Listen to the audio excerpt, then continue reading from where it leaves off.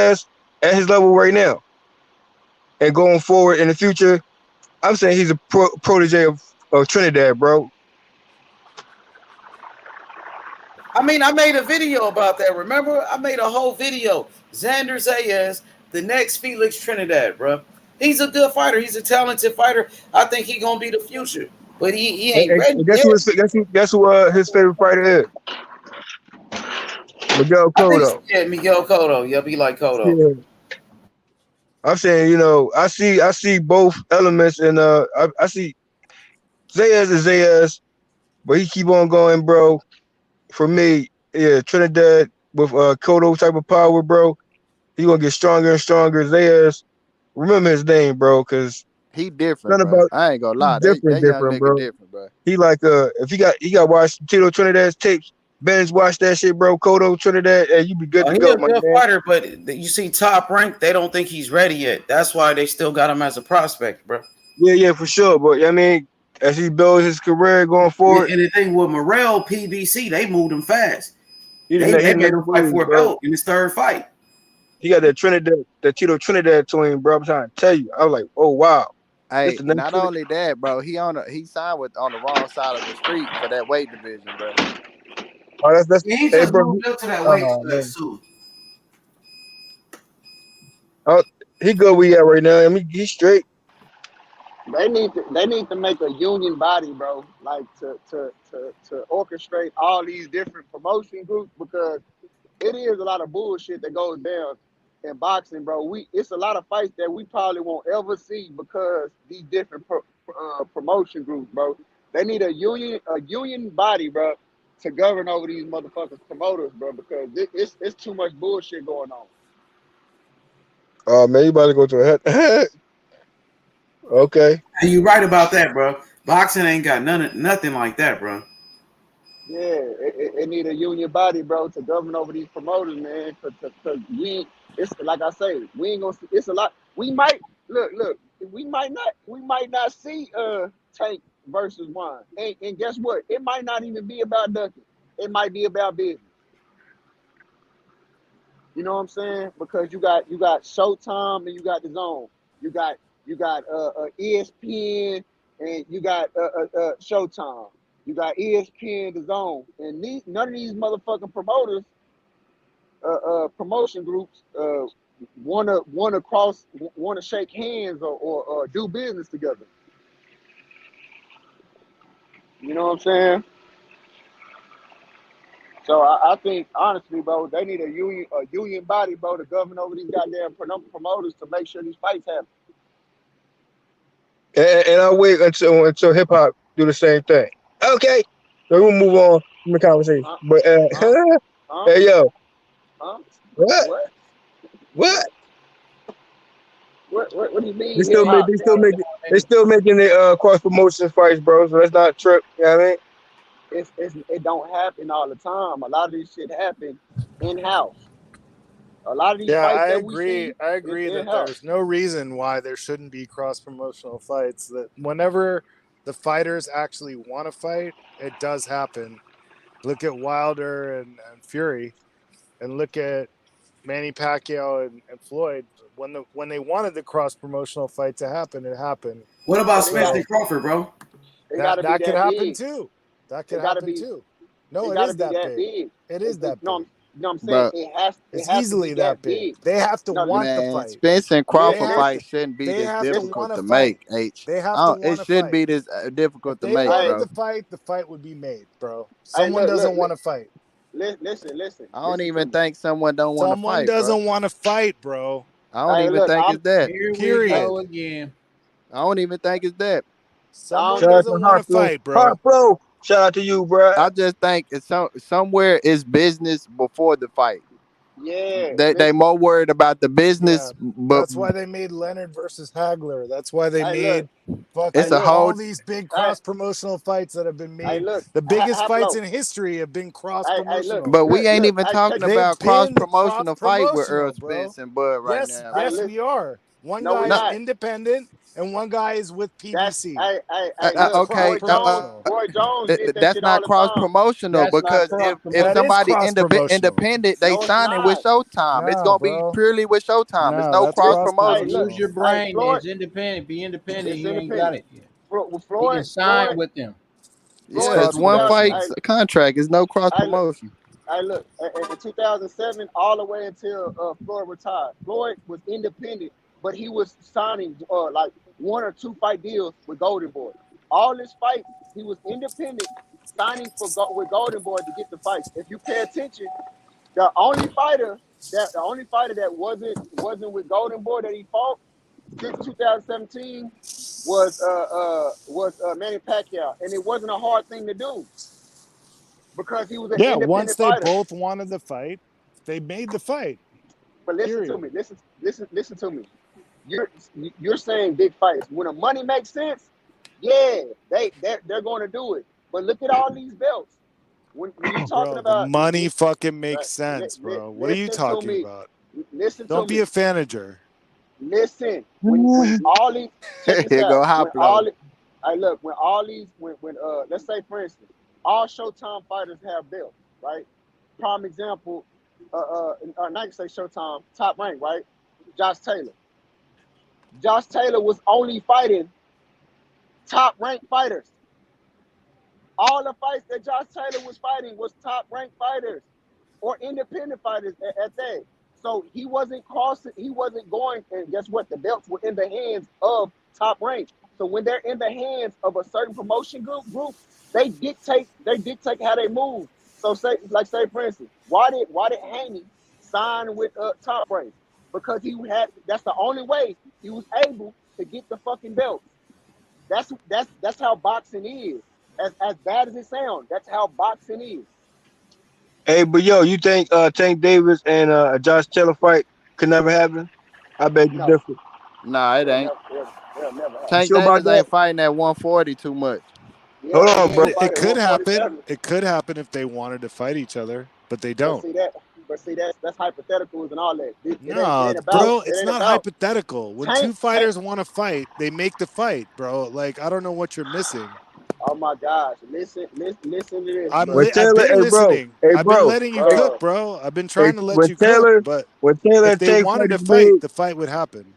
when bro, Tank Davis and Taylor fight be made going forward, bro. Just remember, you know what I mean, what Harper just said. boxing is 60. Boxing is 40% right now. It's 60% business now. That's with everything.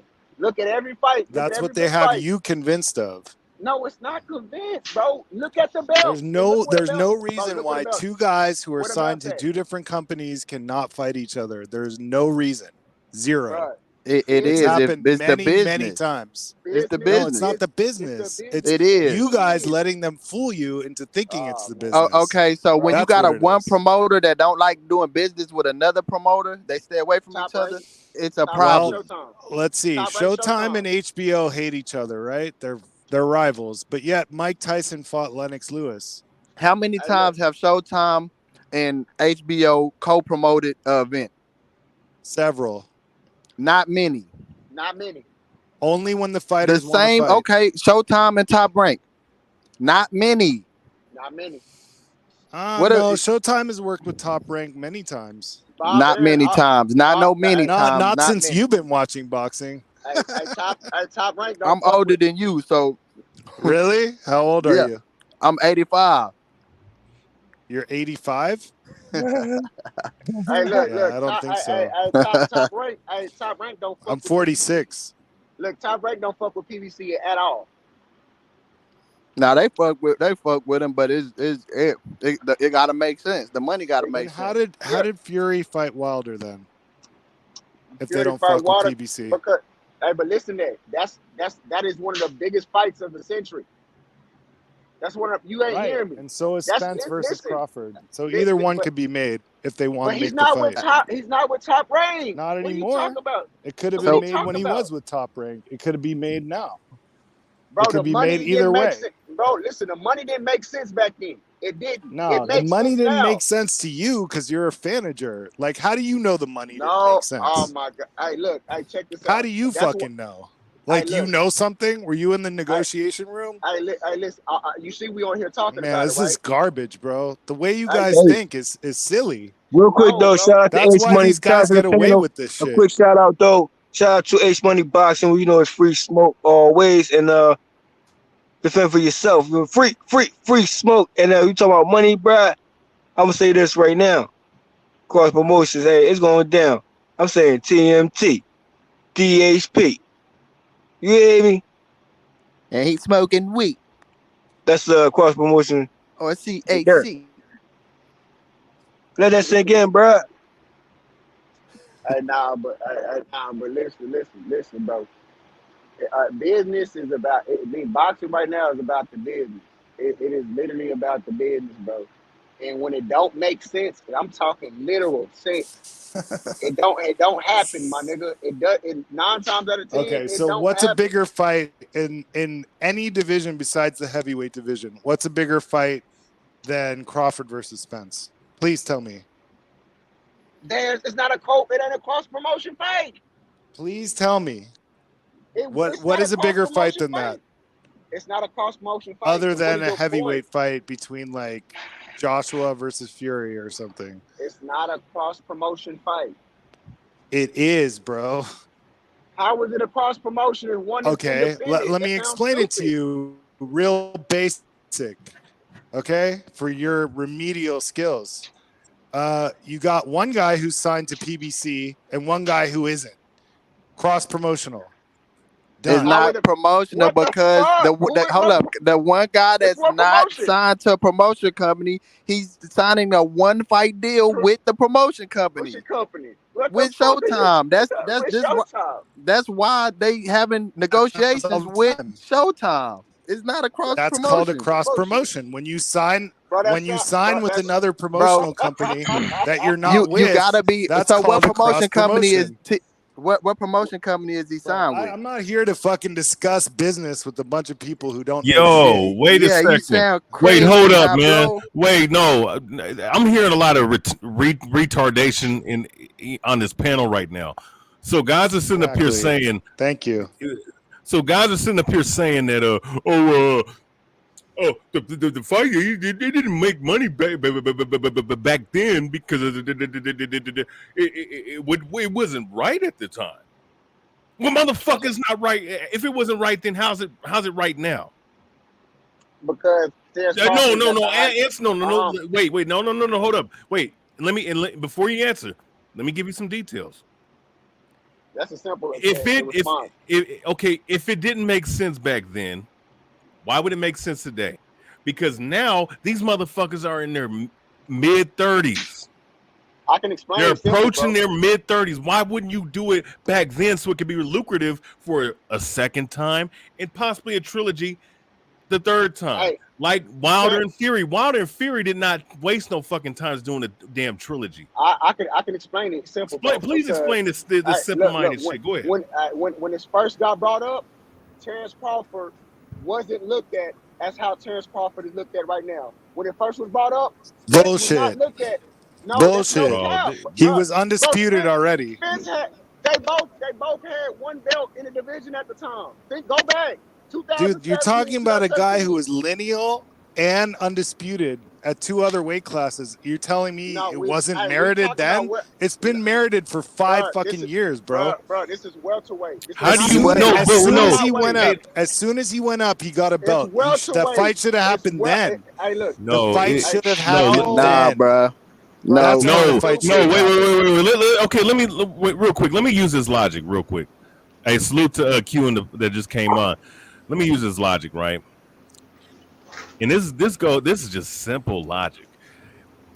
Let's say if I ordered a pizza, right, and I wanted it at a certain particular time, like in maybe 20, 30, 40, hell, even an hour. But if the fucking delivery man takes 1 hour, hour and a half, 2 hours, 3 hours, and the shit gets cold, what value is it later on when it's supposed to be hot right then and there when it's supposed to be delivered? So hold on. This how I stop that, bro. They're both at their primes right now. It's wine. It's both at their primes right now. Not back then. Right now, they're both at their primes. You gotta talk at a time, bro. It can't be 2-3 people. Just you know what I mean? Hey, I'm saying, look, right now, both of them are in their primes right now. No, they're not. Right. They're not. You don't think so? I think so. So you didn't see decline in both fighters. John, okay, real quick. Answer my question. I just want you to answer this. Have you seen decline in either other fighter? Yes, I have. Earl. And who? Earl.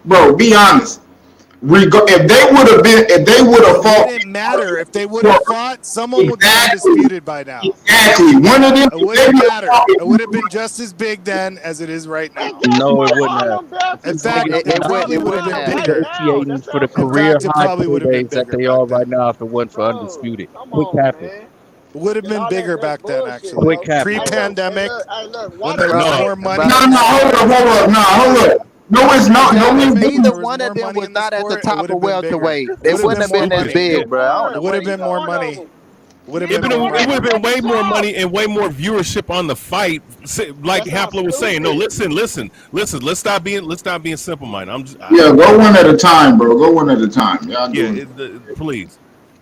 You just said, bro, it would have made more sense to make it back then because now, because the pandemic and because of people getting their minds wrapped into things, like now it's easier to stream fights now. If they would have did this shit back in 2018 or 2019, it would have been much easier for them to make more money, have more viewership, and the money would have been there, and there would have been money for a second fight. Less piracy. No, more pay-per-view piracy money. still be the same, bro. Hold on. What the fuck are you talking about? When was the last fight against Wilder and Fury? I'm gonna tell y'all this. The reason why Answer the question. Answer the question. When was the last fight against Wilder and Fury? But man, just go with what you said. What you? Look. That was one of the biggest fights of this right now in general, and with that streaming, all that other shit, it was irrelevant. That still was a big ass fight. And that was after the pandemic. Yeah, the third trilogy, and there were much bigger fights before the pandemic than that fight. Okay. What are you talking about? Hold a much bigger fight. That's cap. Hold up, bro. Let me say this, bro. Hold up, bro. Let me say this. Cause you mentioning a third fucking fight. They haven't fought once, bro. It took 3 times to build that shit up, bro. Let me ask you this real quick. If one of them had fought, if they had fought earlier, if Crawford would have lost, he wouldn't have had a belt. They wouldn't have fought again. Period. Crawford fought him until he had a belt because he said get a belt, and then he got a belt. He So wouldn't he have would have fought had a belt. again. That's what I'm trying to tell you. They wouldn't have fought again. How do you know? What if bro, y'all sound me. What the fuck are you talking about? God damn. That's some simple-minded motherfuckers on here. Remember the big three in heavyweight? The big three in heavyweight? Bro. They could have fought then, before he retired. Guess what? It wouldn't have been as big as it was years later. They could have fought before. Do you realize what you're saying right now is what's encouraging these fighters to do this to us? You're fucking encouraging this behavior. You're stupid. You want motherfuckers You're a not fucking fan. You're a fan. You should want to see the trilogy. Who cares how much money they make? Who gives? Yeah, why the fuck do you care? Are you being subsidized by these guys? Yeah, exactly. That's what I'm wondering. This is a boxing channel. You sound stupid. We all talk about boxing every day. You're not talking about boxing. You're talking about money, motherfucker. No, we're talking about the fight being held. You're talking about money and why the fight hasn't happened. That is not boxing. Say something about boxing. I'll serve you on that too. Hey, Easy. Why did Crawford leave Top Rank? The fuck is business, nigga. He wanted to fight. This is the only way he's going to get Okay, you keep saying you want to talk boxing, but you keep going on about business. Keep going. Go ahead. Make a fool of yourself. Make a fool of yourself. Business is what makes fights happen, stupid. Is it? Yeah, maybe, partially. Why did Crawford I know more about Top business Rank? than you too. You want to talk about business? Why did Crawford leave Top Rank? He left Top Rank to get this fight. Bro. He literally said it. He wants this fight. He left Whatever. Top Rank to get Bob this Arum fight. was never gonna get Bob Crawford. Arum was paying him $1 million to not fight Spence every fight. Use logic.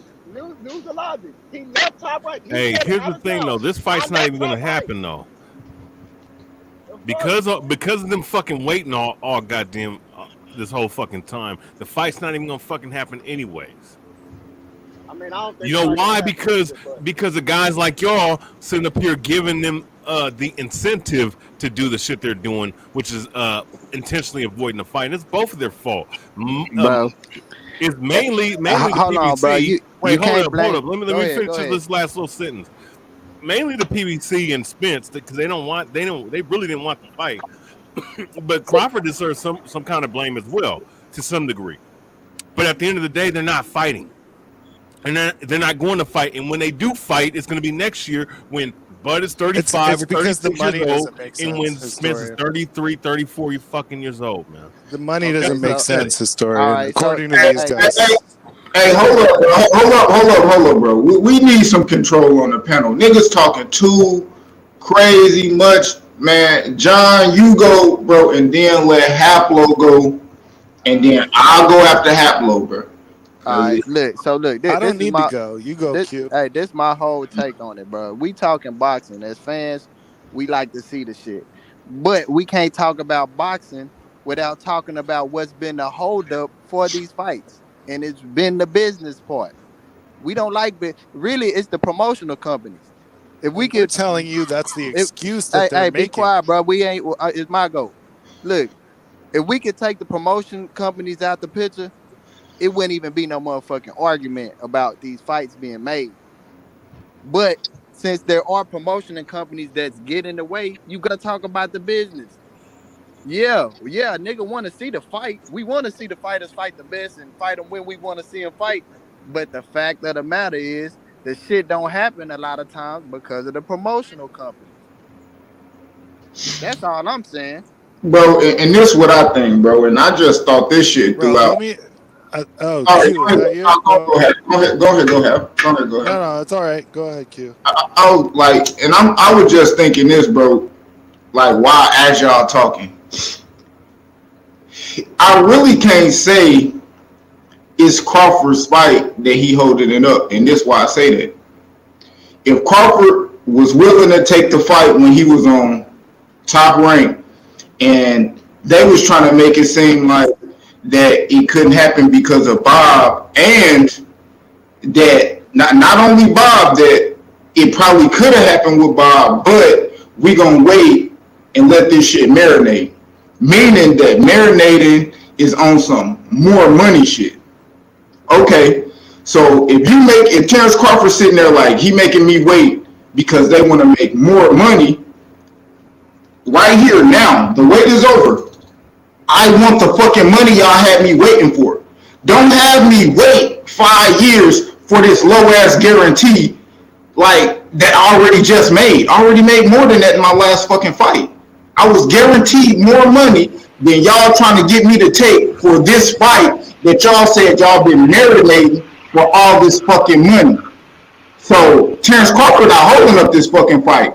He taking what the fuck y'all was saying was gonna be here. If you saying you and Earl the biggest fight and Earl doing all the heavy lifting, okay, I want to see that big ass bag Earl gonna get and give me a big ass bag too. Hey, No, but that's bro, true. look, hey, bro, So what is hey, bro, I Yeah, want to and say that this. go Let me back to say what I something, was John. saying Wait, about the wait, wait, promotional John G. company. Let me That's say something. Let me say, Showtime. They doing business John with G. Showtime. John, let me say something real quick, bro. You gotta realize that most of that money, the guarantee is okay. That's cool and that's fine. But most of the money that Terrence gonna make and Crawford gonna make is on the back end. That's what PBC and Showtime does. The back end money is where they get the big money. bro, listen. It ain't even Hold up. PBC. It's I thought it was Showtime. my It's turn. Showtime. I thought it was my turn. If we talking I about thought it was my turn. yeah, I'm gonna go, but let me respond to Kyle real quick. If we talking about a big bag, bro, it's not the fact that y'all saying we gonna make money. Everybody know the money there.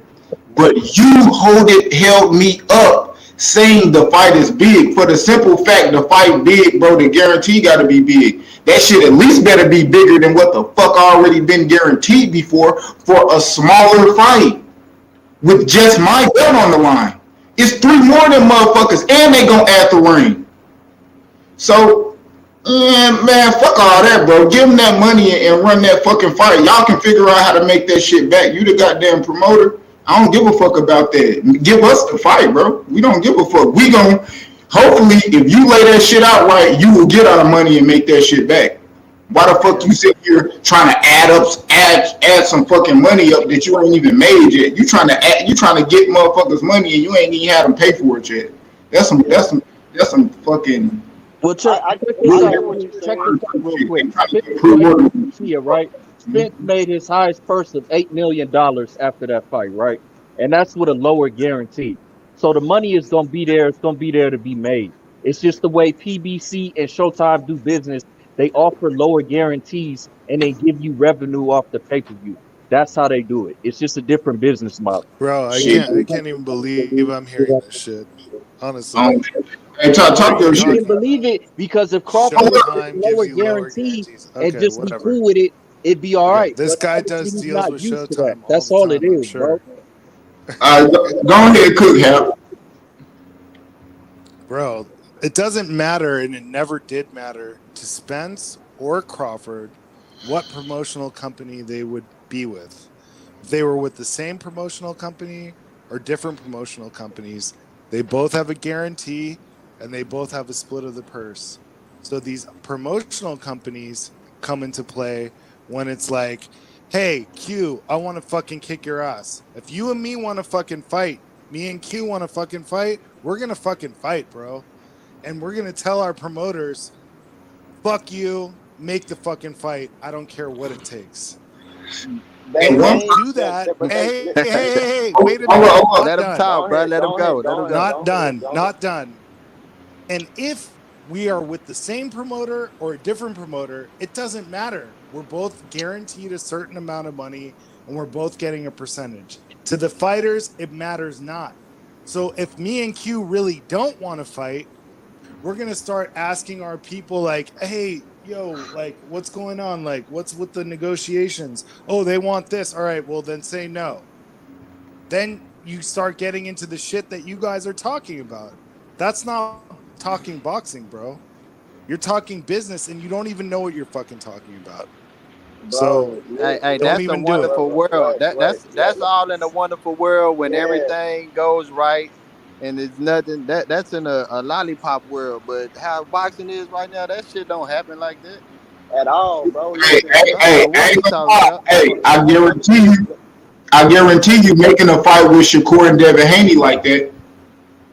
And hey look, hey you Yeah, said look, because they you both got with top rank. Rain, no. I'm not talking about them together to make a fight. I'm saying if you want to make a fight with them. If you are 130 right now and you want to fight Shakur, I guarantee you, you tell them you want to fight and that bitch will be made next week. I guarantee you, if anybody want to fight Devin, But Devin not with one me and held up. Q. Hold up. If Devin one held up with the Cambosis right now, if anybody at 35, Ryan Tank, whoever the fuck else you could think of wanted to fight Devin, that should have been made. It ain't hard to make fights, bro. All Okay, it takes. All look. right, Hey, Q. Let hold me ask on. you this: When how come Devin was at Crawford the didn't get the zone, Pacquiao fight there? hey, hold Huh? on. When Devin was at the zone, he was fighting fighters at the zone. When he's at top rank, he's fighting fighters with top rank, bro. Shakur Stevenson, the same. Cambosis is not with top rank. Cambosis is not with top rank. Cambosis is Cambosis has definitely a nothing to top do with ranker. top rank. Cambosis has nothing to do with top rank. Cambosis Hey, but you is know with what though? When Bella, you don't which is have a like network, baby top rank. So, like I said, Bro, Q, that's why did top rank. Pacquiao? that's top but Why when rank. you don't did he get the look, Pacquiao Lou fight? DiBella doesn't have a network, so he has to go with different platforms. My See, he boy doesn't. YB. Yeah, what's up with y'all, champ? So No, YB. that's not a clear example. What's You know what I'm good, saying? my But nigga YB, what's up with man? y'all?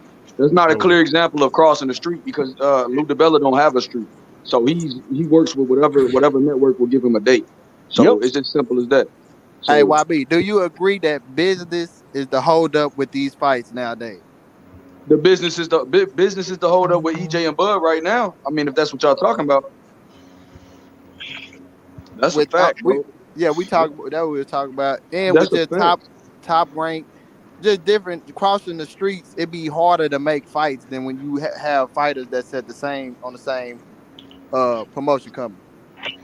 I ain't gonna lie. I'm gonna say YouTube made the Spencer Crawford shit about that, and I can say that for a fact. So many people just worried about those aspects of the fight, everybody's sitting here waiting for a person to be to blame. People really arguing because motherfuckers is not 100% sure about if the fight gonna be made. And if the fight is not made, motherfuckers trying to figure out who to blame right now. So when they don't, they can say, oh, it's Bud fault. Oh, it's Earl fault. Oh, he ducking. Oh, he that.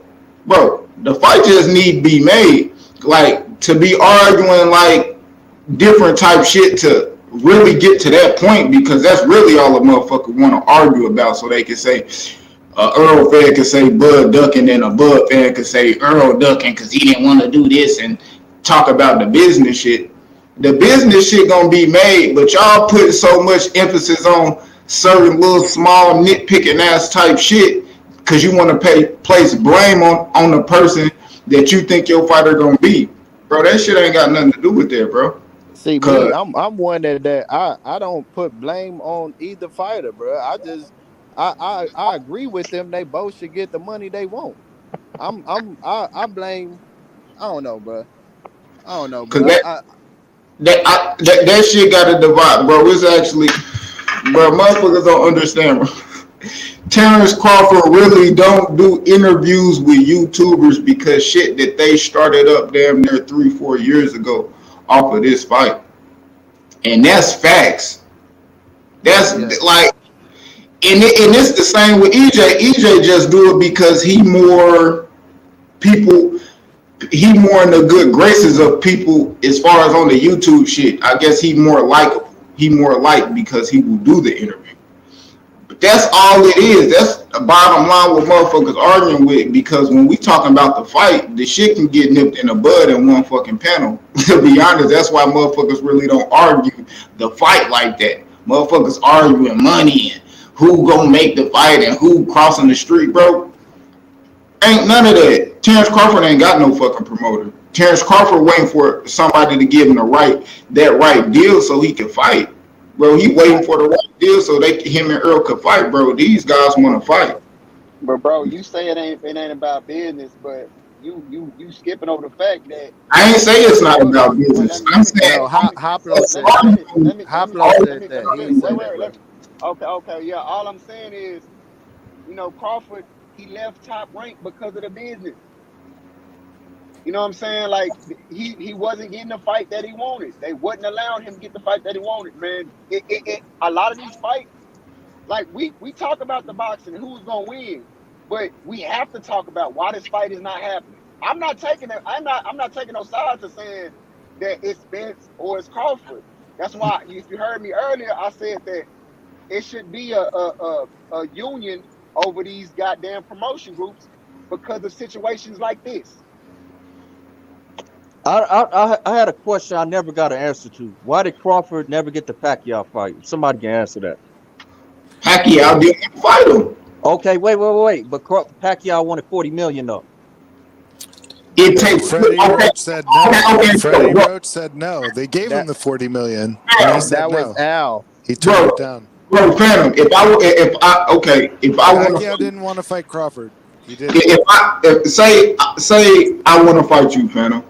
You know what I mean? And for it, I say only way I'll fight you is if I get,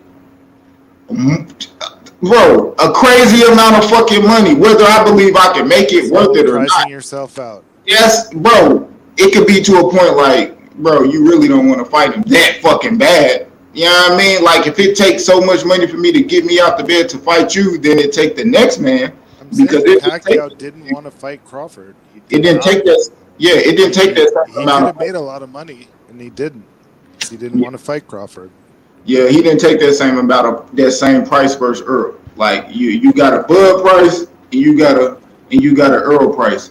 And then if your Bud price is actually higher than your Earl price, if people actually know that Earl sell more, why would you say I take half as much money to fight this guy than the other guy, and you want more money to fight the guy that people say don't sell? What you mean? You don't want to fight that guy, bro. you want to fight the other dude. What you mean? Like, that's crazy. So I never heard that though, Haplo. That's new info to me that they actually was gonna pay $40 million. Yeah, 40, but they were trying to make the fight. Freddie Roach said no, bro. he was like, "No, I don't want that fight for Manny." And that was Yeah, it. yeah, that's when he was on Top Rank. And then when Pacquiao left, like after he beat Keith Thurman, when they went back around when he was ended up fighting Earl, bro, he wanted 40 million to fight Bud. And he ain't even take that to fight Earl. So he priced himself out. We can basically say that. Shit. No, he didn't want to fight Manny. Oh, you're talking about Manny? Yeah. I'm saying he didn't want to fight Bud. I'm saying Manny didn't want to fight Bud. Yeah, so he priced himself out of the fight. That's what I'm trying to get at. Hell yeah. No, his trainer said he didn't want the fight for him, and that was it. Nah, cause Manny was bringing in Didn't them have numbers. anything to do with money, bro. Whoever Manny was fighting, he was bringing in numbers. So he didn't want to fight That Crawford. nigga didn't even get double digit to fight fucking. Manny did not want to fight Crawford. Against the one guy that wanted that fight to happen was Bob Arum. That's one guy that wanted. Because it sounded like he was willing to fight Bud, that would've but been just an at the right in-house price, which is $40 million. That's what it sounded like to me. Well, it would have been an in-house fight for Top Rank at that time, you know. So I ain't gonna lie. You know, I don't know. I ain't hear too much about it. Shit, cause they kept that shit on the hush. Goddamn, like it ain't that shit, man. Come on, man. Because I think before Spence there's was even in the interviews with picture, Freddie that's the Roach, fight Bud with wanted. Freddie Roach saying he didn't Bud want wanted the fight for Pacquiao, Manny. right? Before Spence was in the picture. Nah. He been Bud been called out Spence in like 2017 after Kell Brooks. I mean, like, and I think that was Spence's first belt. I mean, they both had like one belt.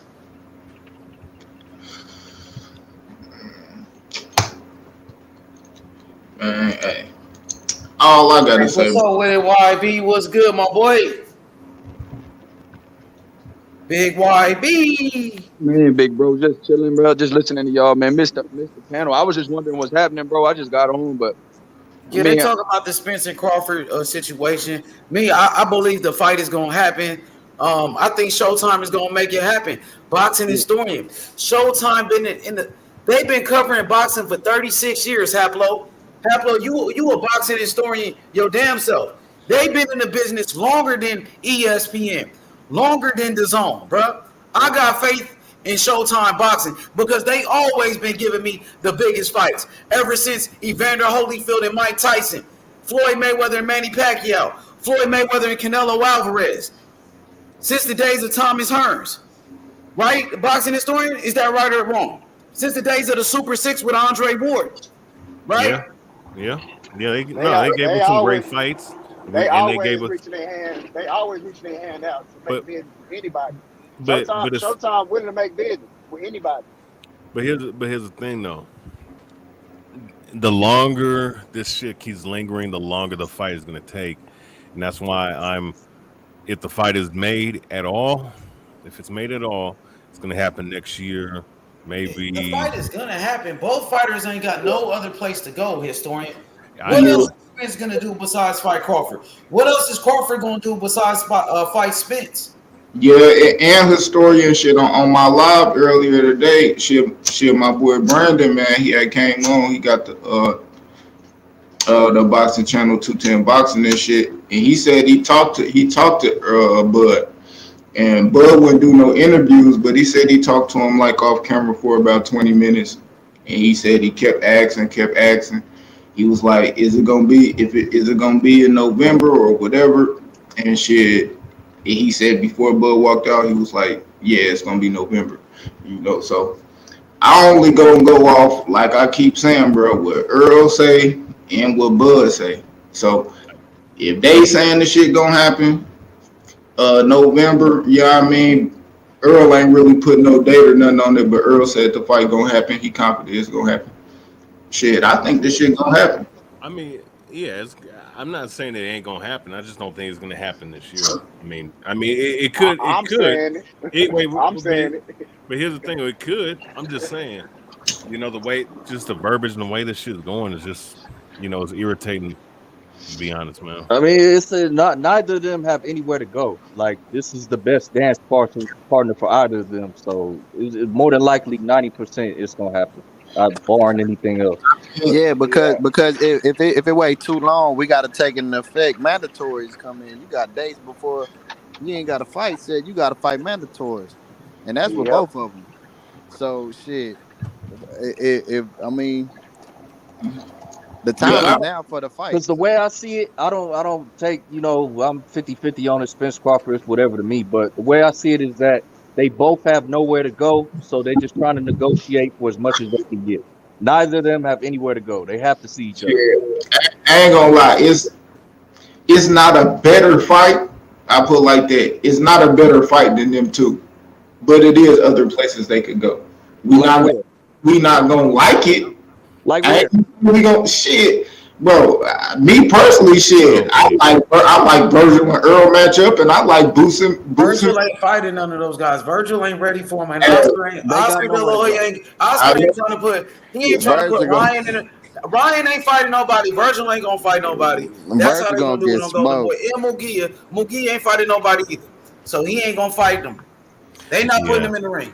Boot, And then Nah, Spence, their assets are not move up fighting to nobody, man. 154 before Yeah, fighting they're Boots. not exactly. Now I will say now. Matter who they fight, bro. They still got other. Whether we like it or not, it's still other people they can fight. No, You there just is. might not like it. Who though? Shit, Keith shit. Thurman. It don't matter. Pull them out. We could pull them out our eyes. It don't Just matter. maybe standing like Stanionis. Errol Spence and Stanionis. You think that might happen? The WBA gonna order it? Nah, see, because I don't. As far as like where they at right now, I don't think they'll fight nobody like that. You know what I don't think they'll fight nobody like that. I think their next fight's really gonna have to be somebody that we are, actually some competition with. But we not. It's not undisputed at the end of the. That's the only fight to make. Both fighters need that fight for their career. They both said they gonna want it. Showtime, they've been in the sport for the longest, bro. They give us the big fights. It's gonna happen, bro. All of this shit is just shit talking. People just trash talking. The fight gonna happen. I promise you that, bro. His story, the fight will happen, bro. I'm gonna say this just for me. This is just me.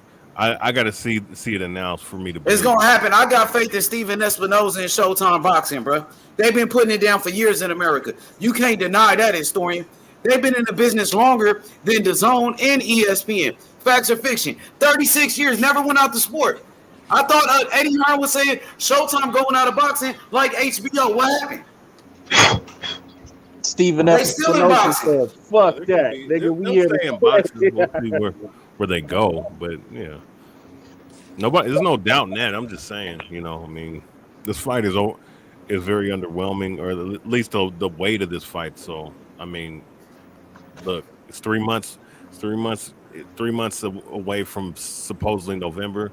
Well, we need to be hearing some announcements, and we need to stop being marinating like some of these cats on the panel was talking about it earlier. Marinating, nobody marinates a fucking. But Terence Crawford himself said it's the perfect time for this fight. He even said this is the perfect time to make it for undisputed. That's what he said. Yep. Well, announce it. Yep. That's all I'm saying. Announce it, because this shit is.